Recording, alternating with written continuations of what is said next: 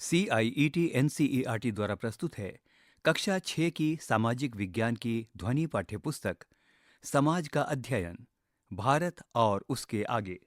पृष्ठ 85 अध्याय 6 भारतीय सभ्यता का प्रारंभ। भारत की सबसे प्राचीन सभ्यता जो हड़प्पा, सिंधु अथवा सिंधु सरस्वती सभ्यता के नाम से जानी जाती है, वास्तव में कई मायनों में एक अनूठी सभ्यता थी। इसने दिखाया कि कैसे एक सम्यक रूप से संतुलित समुदाय रहता है, जहां धनवान और निर्धन के बीच बहुत अधिक अंतर नहीं है। संक्षेप में, हड़प्पा के सामाजिक परिदृश्य में शोषण नहीं, बल्कि आपसी सामंजस्य दिखाई देता है। लेखक बी लाल। महत्वपूर्ण प्रश्न। 1. सभ्यता क्या है? 2. भारतीय उपमहाद्वीप की आरंभिक सभ्यता कौन सी थी? 3. उसकी मुख्य उपलब्धियां क्या थी? इस पृष्ठ के निचले भाग में धौलावीरा किला क्षेत्र का उत्तरी प्रवेश द्वार दर्शाया गया है, जहां पर कुछ स्थानीय महिलाएं बैठी हैं। पृष्ठ 86 सभ्यता क्या है? अध्याय 4 के अंत में हमने देखा कि कैसे मनुष्य का पहला समूह एक स्थान पर रहने लगा, कृषि करने लगा, कैसे उसने कुछ तकनीकों जैसे भवन निर्माण, धातु विज्ञान, यातायात साधन का विकास किया और सभ्यता की ओर उन्मुख हुआ।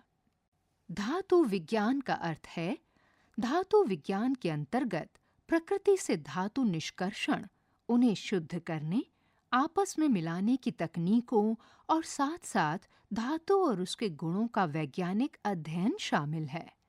आखिर सभ्यता है क्या? सामान्यतः इस शब्द का प्रयोग मानव समाज के उन्नत चरण के लिए किया जाता है।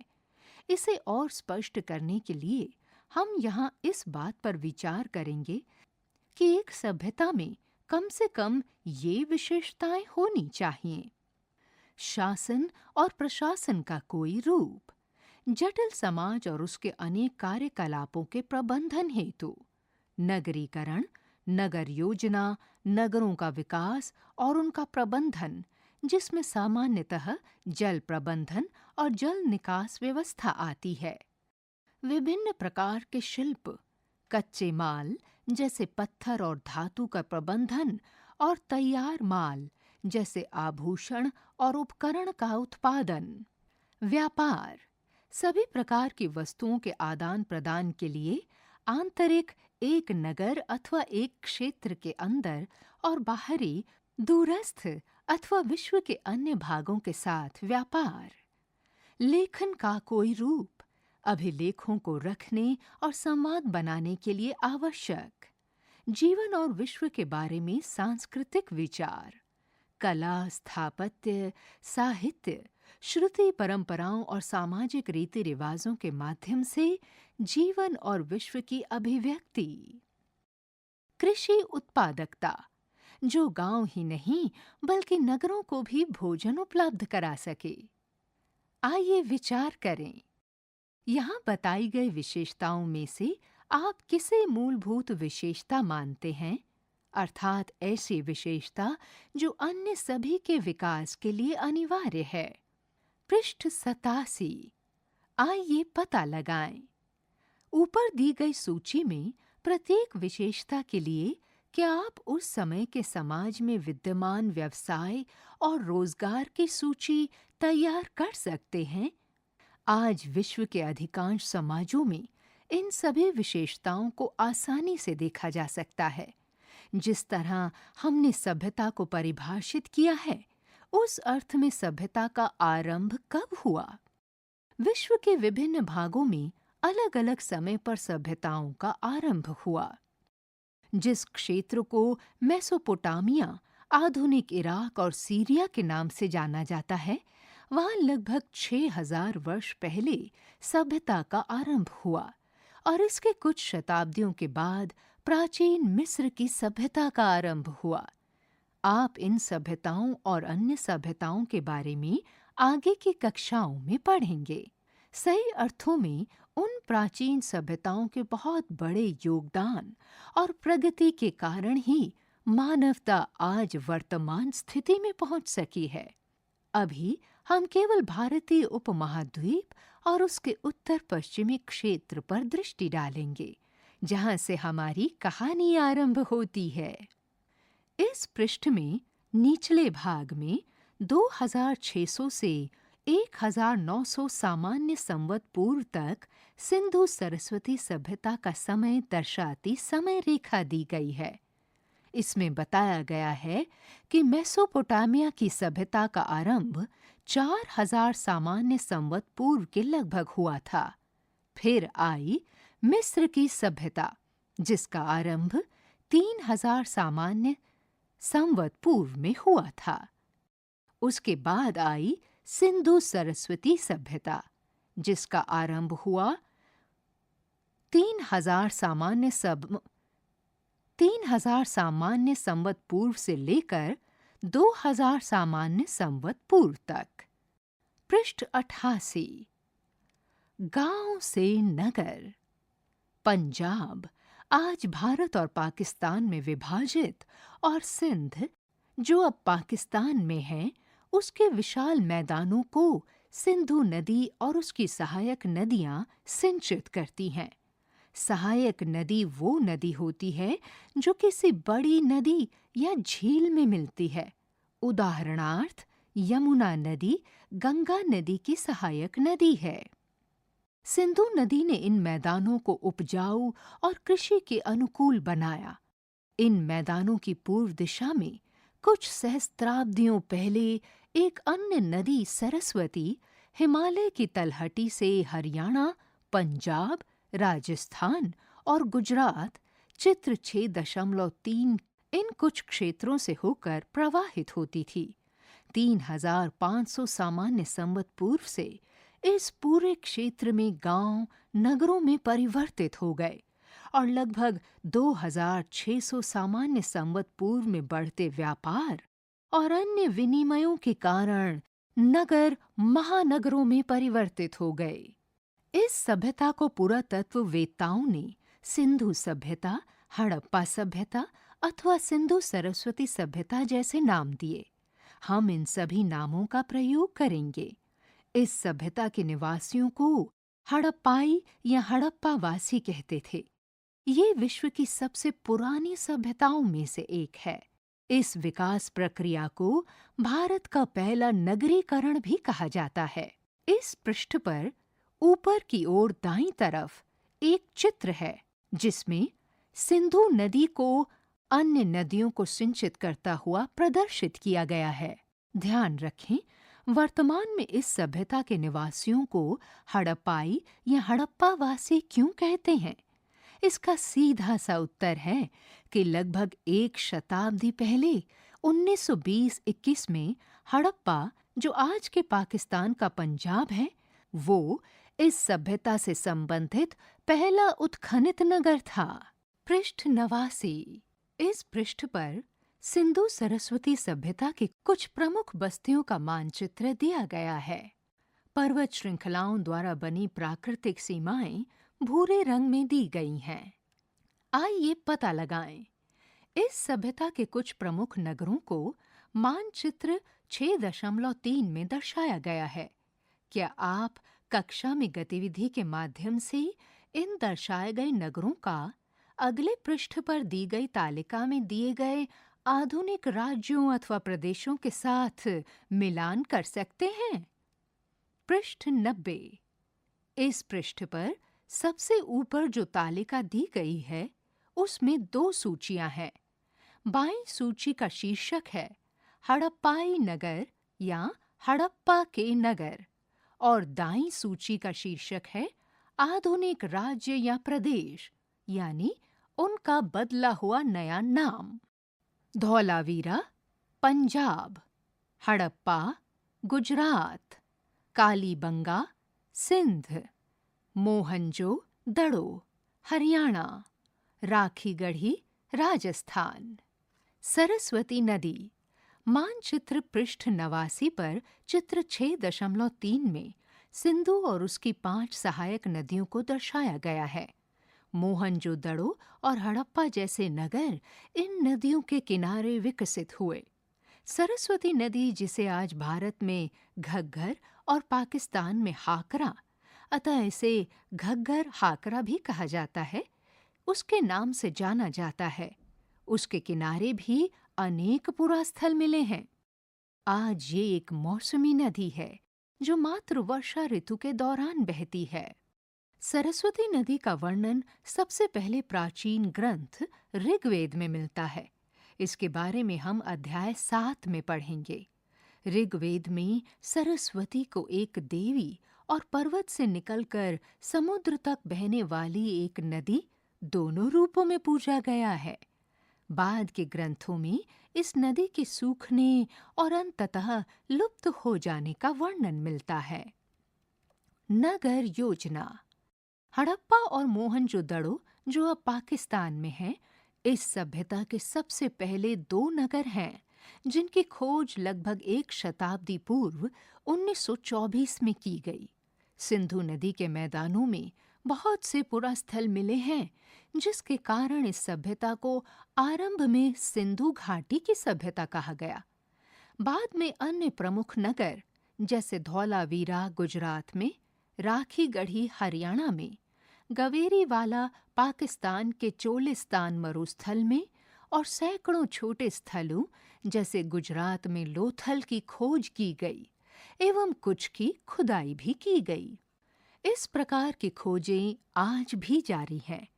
ये रोचक है कि सरस्वती नदी की द्रोणी बेसिन में न केवल 2 महानगर राखीगढ़ी और गवेरीवाला आते हैं, बल्कि छोटे-छोटे अनेक नगर हरियाणा में फरमाना, राजस्थान में कालीबंगा और कुछ अन्य नगर, हरियाणा के 2 नगर भिर्राना और बनावली भी आते हैं। निस्संदेह मानचित्र में पृष्ठ 89 पर चित्र 6.3 में दिए गए क्षेत्र में पुरास्थलों की सघनता स्पष्ट दिखती है। पृष्ठ 91। आइए विचार करें। आपने सिंधु घाटी सभ्यता के बारे में सुना होगा और आपने इस बात पर ध्यान दिया होगा कि हमने इसका प्रयोग नहीं किया है। मानचित्र पर दृष्टि डालें, पृष्ठ 89 पर चित्र 6.3, तो हम पाएंगे कि घाटी शब्द का अब इस्तेमाल नहीं करते हैं, क्योंकि अब हम जानते हैं कि ये सभ्यता सिंधु क्षेत्र से बहुत आगे तक फैली हुई थी। अधिकांश हड़प्पा सभ्यता के नगर सुनियोजित योजना के अंतर्गत निर्मित किए गए थे। उन नगरों में चौड़ी सड़कें थीं। पृष्ठ 92 पर चित्र 6.4 और 6.5, जो सामान्यतः चारों दिशाओं की ओर उन्मुख होती थी, अधिकांश नगरों के चारों ओर किलेबंदी की गई मिलती है और नगर के 2 विशिष्ट भाग मिलते हैं। ऊपरी नगर, जहाँ संभवतः अभिजात वर्ग के लोग रहते थे, और निचला नगर, जहाँ साधारण लोग रहते थे। किलेबंदी का अर्थ होता है आम तौर पर सुरक्षात्मक उद्देश्यों से किसी बस्ती या नगर के चारों ओर बनाई गई एक विशाल दीवार। अभिजात वर्ग, यहाँ ये शब्द समाज के उच्च स्तर जैसे शासक, अधिकारी, प्रशासक और प्रायः पुरोहित या पुजारी को संदर्भित करता है। कुछ बड़े भवनों का उपयोग सामूहिक उद्देश्यों के लिए किया जाता था। उदाहरणार्थ, गोदाम, जहाँ परिवहन किए जाने वाली वस्तुओं को रखा जाता था। सड़कों और गलियों में विभिन्न आकारों के निजी घर मिलते हैं। रोचक बात यह है कि बड़े और छोटे घरों के निर्माण की गुणवत्ता एक समान मिलती है। सामान्यतः उन भवनों के निर्माण में ईंटों का प्रयोग किया गया है। कुछ संरचनाओं के निर्माण का उद्देश्य आज भी चर्चा का विषय हो सकता है। मोहनजोदड़ो, पृष्ठ 93 पर चित्र 6.6 का प्रसिद्ध महास्नानागार एक छोटा और विस्तृत स्नानागार है, जिसका आकार 12x7 मीटर है। सबसे ऊपर जमाई गई ईंटों पर जल रोधक सामग्री जैसे डामर के रूप में प्राकृतिक बिटुमन की परत चढ़ाई गई है। स्नानागार के चारों ओर छोटे छोटे कमरे मिलते हैं। उनमें से एक कमरे के अंदर कुआं मिला है। समय समय पर स्नानागार के पानी को खाली करने के लिए कोने में एक नाली भी है। इस स्नानागार को स्वच्छ पानी से समय समय पर भरा जाता था। पृष्ठ 92। इस पृष्ठ पर दो चित्र हैं। ऊपर वाले चित्र 6.4 में कालीबंगा राजस्थान के निचले नगर में एक चौड़ी सड़क दर्शाई गई है, और दाएं में जो चित्र है 6.5, उसमें धौलावीरा के मध्य नगर के आवासीय क्षेत्र की लंबवत गलियां या सड़कें दर्शाई गई हैं। धौलावीरा में 3 अलग-अलग क्षेत्र थे, न कि अन्य नगरों की तरह 2 क्षेत्र। इस नगर में अधिकांश भवनों की नींव पत्थरों से बनाई गई थी। पृष्ठ 93। इस पृष्ठ के ऊपरी भाग में मोहनजोदड़ो का महास्नानागार का चित्र है। इसके निर्माण का उद्देश्य क्या रहा होगा? पुरातत्ववेत्ताओं ने अनेक संभावित व्याख्याएं प्रस्तुत की हैं। सार्वजनिक स्नान के लिए स्नानागार, केवल राजसी परिवार के लिए स्नानागार, धार्मिक कार्यों के लिए प्रयोग होने वाला स्नानागार। हालांकि पहली व्याख्या अब स्वीकार्य नहीं है, क्योंकि ये पाया गया है कि इस नगर के अधिकांश घरों में स्नानागार बने हुए थे। आइए पता लगाएं। अंतिम 2 व्याख्याओं के बारे में कक्षा में चर्चा कीजिए। क्या आप कोई अन्य व्याख्या सोच सकते हैं? ध्यान दीजिए कि इस विषय में हमारे पास इतिहास के अन्य स्रोत नहीं हैं, जैसे न कोई शिलालेख, न कोई ग्रंथ और न ही किसी यात्री का विवरण। पृष्ठ 94। जल प्रबंधन। हड़प्पावासी जल प्रबंधन और स्वच्छता को बहुत महत्व देते थे। उनके घरों में स्नान के लिए अलग स्नानागार हुआ करते थे। ये नगर जल निकास प्रणाली चित्र 6.7 से जुड़े हुए थे, जो साधारणतः सड़कों के नीचे होती थीं, जिनमें अपशिष्ट जल बहता था। इस पृष्ठ के निचले भाग में लोथल, गुजरात में जल निकास प्रणाली का एक चित्र है। पृष्ठ 95। मोहनजोदड़ो में लोग ईंटों से बनाए कुओं से पानी निकाला करते थे, किंतु अन्य क्षेत्रों में तालाब, पास के झरनों अथवा मानव निर्मित जलाशयों से पानी लेते होंगे। धौलावीरा में गुजरात में कच्छ के रन में 73 मीटर लंबा सबसे बड़ा जलाशय मिला है। जलाशय विशाल प्राकृतिक या कृत्रिम स्थान जहां जल का भंडारण किया जाता है। आइए पता लगाएं। कक्षा की एक गतिविधि के रूप में किसी फीते, इंच टेप से अपनी कक्षा, विद्यालय के गलियारे या खेल के मैदान की लंबाई मापें। इस लंबाई की तुलना धौलावीरा के सबसे विशाल जलाशय की लंबाई से कीजिए। धौलावीरा में पत्थरों और यहाँ तक कि चट्टान को काटकर चित्र 6.8 कम से कम 6 विशाल जलाशयों का निर्माण किया गया था। इनमें से अधिकांश को कुशल जल संचयन और वितरण के लिए भूमिगत नालियों से जोड़ा गया था। इस पृष्ठ के निचले भाग में धौलावीरा में चट्टान को काटकर बनाया गया 33 मीटर लंबा विशाल जलाशय का चित्र है। पृष्ठ 96। आइए विचार करें। जलाशयों के इस प्रकार के निर्माण के लिए आवश्यक श्रमिकों की बड़ी संख्या के बारे में सोचिए।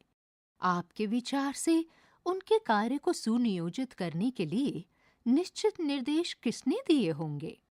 आपके विचार में उन्हें उनकी मजदूरी के लिए भुगतान कैसे किया गया होगा? संकेत: उस समय आज की तरह मुद्रा का प्रचलन नहीं था।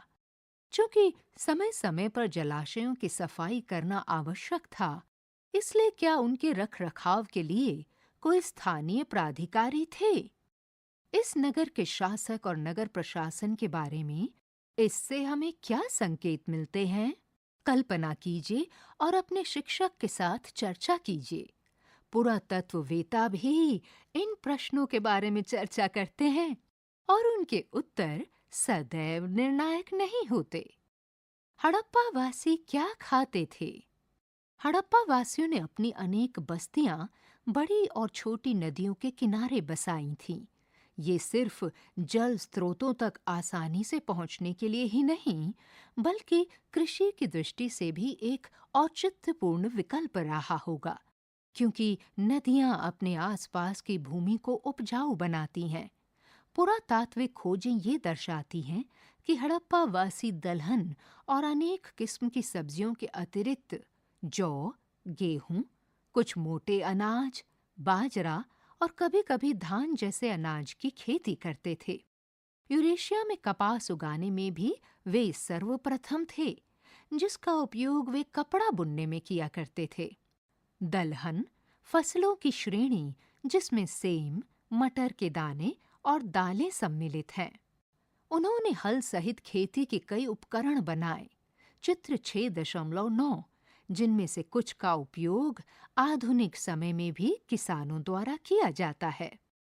इस पृष्ठ के निचले भाग में मिट्टी से निर्मित हल का लघु प्रतिरूप दिया गया है और ये चित्र हरियाणा में बनावली से प्राप्त हुआ है। पृष्ठ 97। ये गहन कृषि गतिविधि सैकड़ों छोटे ग्रामीण स्थलों अथवा गांवों द्वारा संचालित की जाती थी। अभी की तरह तब भी ग्रामीण क्षेत्रों से पर्याप्त कृषि उपज प्रतिदिन उपलब्ध होने पर ही नगर जीवित रह सकते थे।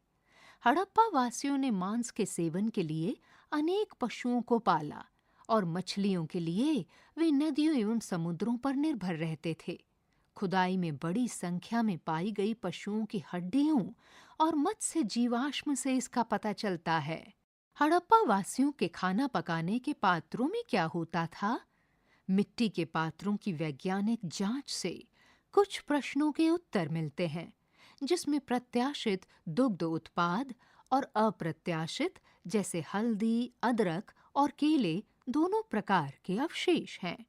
स्पष्ट है कि उनके भोजन में बहुत विविधता थी। आइए पता लगाएं।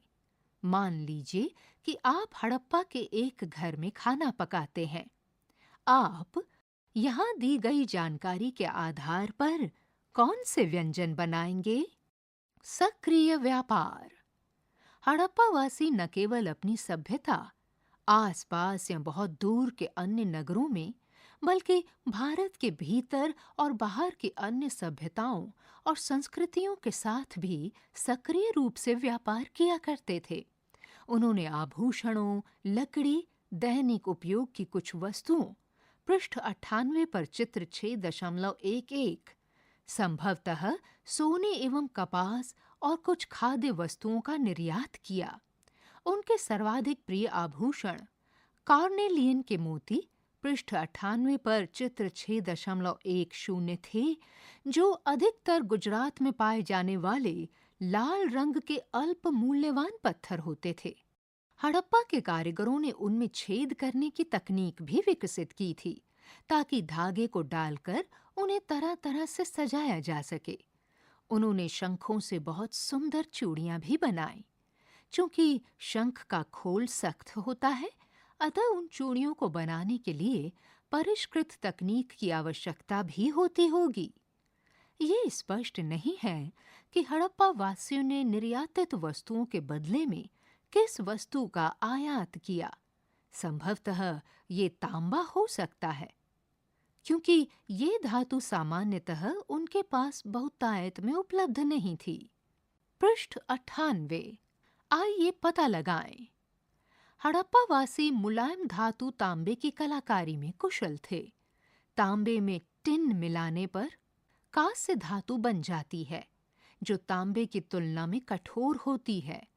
हड़प्पावासियों ने उपकरण तथा बर्तन बनाने में कांसे का उपयोग किया। बाद में हम इसकी बनी कुछ छोटी प्रतिमाएं देखेंगे। इस पृष्ठ के मध्य में दो चित्र हैं। चित्र 6.10 में सूसा, जो वर्तमान ईरान में है, वहां पर खुदाई में प्राप्त कार्नेलियन मनके इस तरह के थे, और दूसरा चित्र 6.11 जो कि हड़प्पा के हाथी दांत का कंघा है, ये ओमान के तट पर पाया गया और ये लगभग 7 सेंटीमीटर लंबा है। उन्होंने इस तरह के व्यापार को संचालित करने के लिए स्थल मार्ग एवं नदियों तथा अधिक दूरवर्ती गंतव्यों के लिए समुद्री रास्तों का उपयोग किया। ये भारत की प्रथम गहन समुद्री गतिविधि थी। वास्तव में गुजरात और सिंध के तटवर्ती क्षेत्रों में कई हड़प्पाई बस्तियां स्थित हैं। गुजरात में स्थित एक लघु बस्ती लोथल में आश्चर्यजनक रूप से 217 मीटर लंबाई और 36 मीटर चौड़ाई का एक विशाल बेसिन पाया गया है। इसकी लंबाई फुटबॉल के 2 मैदानों से थोड़ी अधिक है। इस बेसिन में बंदरगाह जैसी संरचना अवश्य रही होगी, जिसका इस्तेमाल नावों के माध्यम से वस्तुओं के आयात और निर्यात के लिए किया जाता होगा। इस प्रकार के व्यापक स्तर के व्यापार में ये आवश्यक था कि व्यापारी अपने सामान को और एक दूसरे को पहचाने। अनेक बस्तियों की खुदाई में मिली हजारों की संख्या में छोटी मोहरों का मुख्य उद्देश्य यही रहा होगा। ये मोहरें एक मुलायम पत्थर स्टीएटाइट की बनी थी, जिन्हें गर्म कर कठोर बनाया जाता था। इनका माप केवल कुछ सेंटीमीटर है। सामान्यतः इनके ऊपर जानवरों के चित्र बनाए गए हैं, किंतु इन पर लेखन प्रणाली के कुछ संकेत भी मिलते हैं।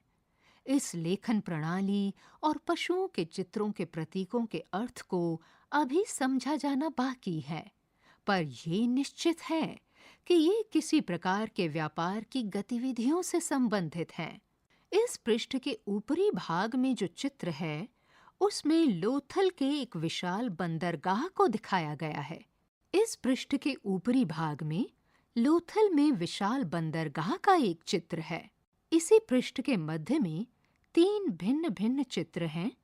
बाएं से दाएं एक श्रृंगी पशु, बैल, सींग वाले बाघ को दर्शाती हुई हड़प्पा की कुछ मोहरों के चित्र हैं ये।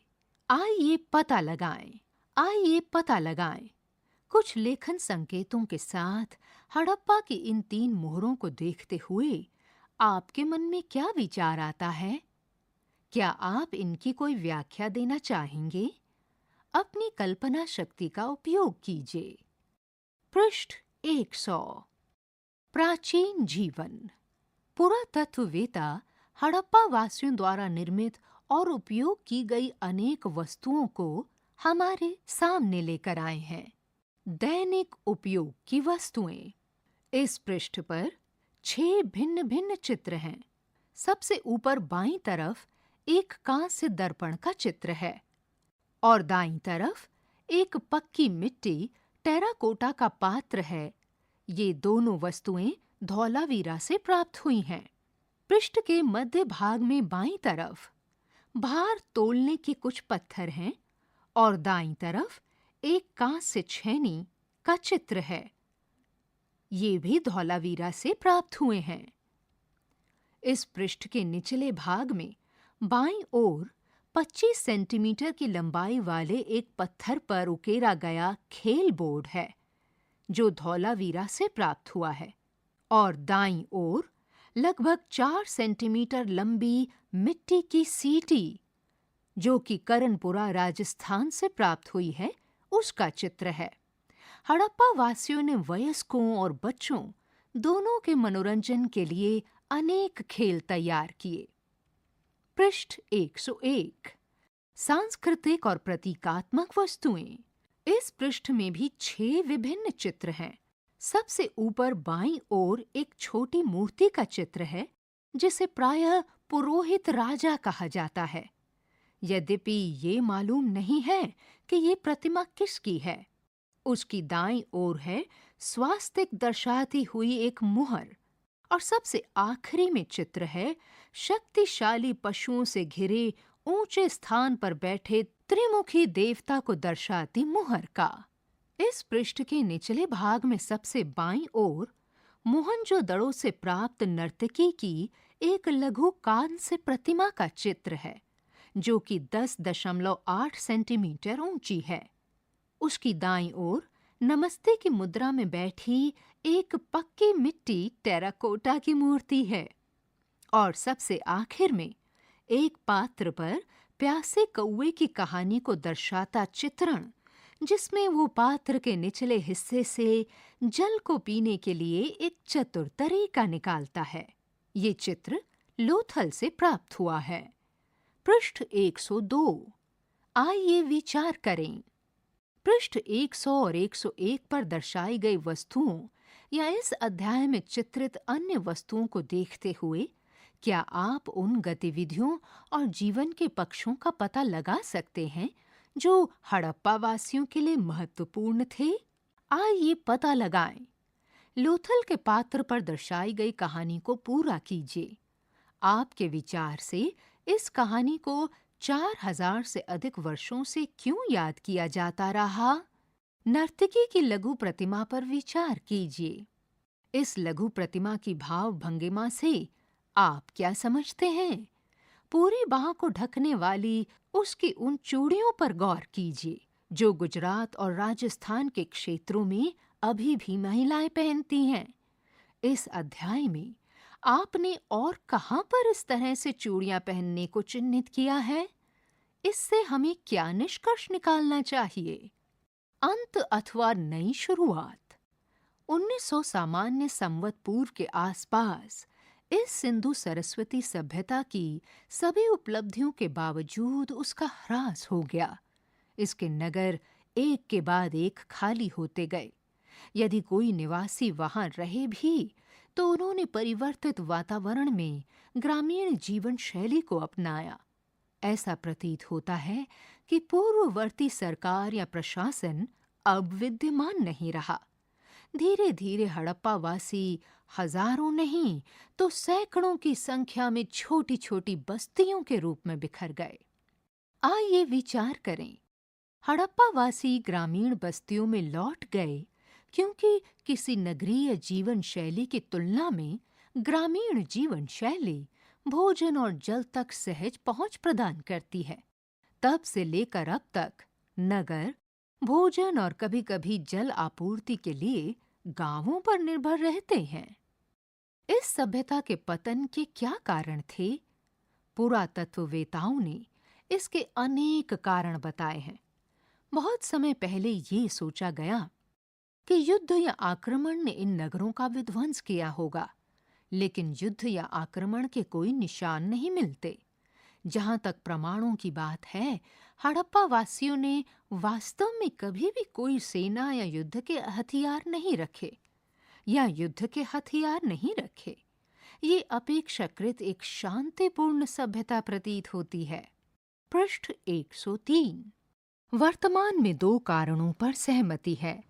पहला, 2200 सामान्य संवत पूर्व से विश्व को अत्यधिक प्रभावित करने वाले जलवायु संबंधी परिवर्तनों से वर्षा में कमी और शुष्कता की स्थिति उत्पन्न हुई।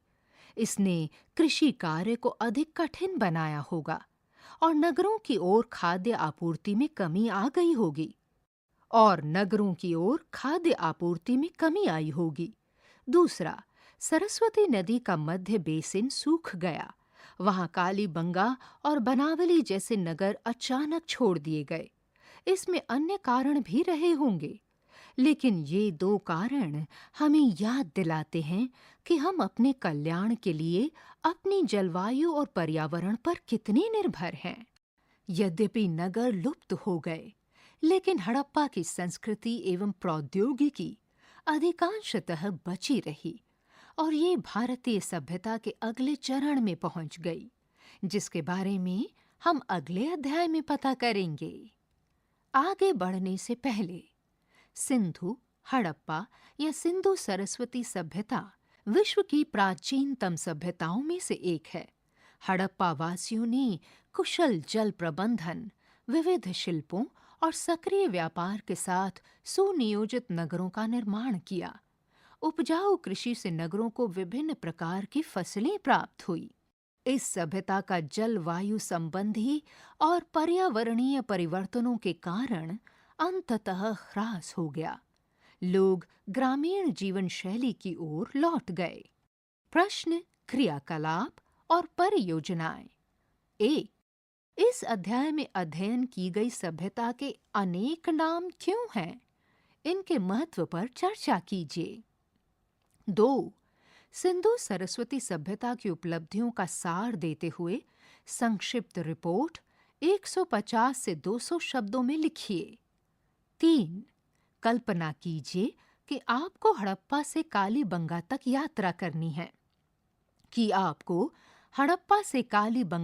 यात्रा करनी है। आपके पास विभिन्न विकल्प क्या हैं? क्या आप प्रत्येक विकल्प में लगने वाले समय का अनुमान लगा सकते हैं? 4. कल्पना कीजिए कि यदि हड़प्पा के किसी पुरुष या महिला को हम आज के भारत के सामान्य रसोई घर में ले आते हैं, तो उन्हें सबसे बड़े 4 या 5 आश्चर्य क्या लगेंगे? पृष्ठ 104। 5. इस अध्याय के सभी चित्रों पर दृष्टि डालते हुए उन आभूषणों, हाव भावों, वस्तुओं की सूची बनाइए जो अभी भी 21वीं शताब्दी में परिचित प्रतीत होती हैं। 6. धौलावीरा के जलाशयों की प्रणाली क्या सोच प्रतिबिंबित करती है? 7. मोहनजोदड़ो में ईंटों से निर्मित 700 कुओं की गणना की गई है। ऐसा लगता है कि उनका नियमित रूप से रख-रखाव किया जाता रहा और अनेक शताब्दियों तक उनका उपयोग किया जाता रहा। निहितार्थों पर चर्चा कीजिए। 8. सामान्यतः ये कहा जाता है कि हड़प्पा वासियों में नागरिकता का उच्च भाव था। इस कथन के महत्व पर चर्चा कीजिए। क्या आप इससे सहमत हैं? वर्तमान भारत के महानगरों के नागरिकों के साथ इसकी तुलना कीजिए। यहाँ अध्याय 6 समाप्त हुआ। समाज का अध्ययन, भारत और उसके आगे। अभी आप सुन रहे थे कक्षा 6 की सामाजिक विज्ञान की ये ध्वनि पाठ्यपुस्तक। वाचन स्वर ममता मलकानी, ध्वन्यांकन मंजू कुमारी, निर्माण सहयोग कुसुमलता, निर्देशन एवं निर्माण विमलेश चौधरी तथा प्रस्तुति CIET NCERT नई दिल्ली, भारत।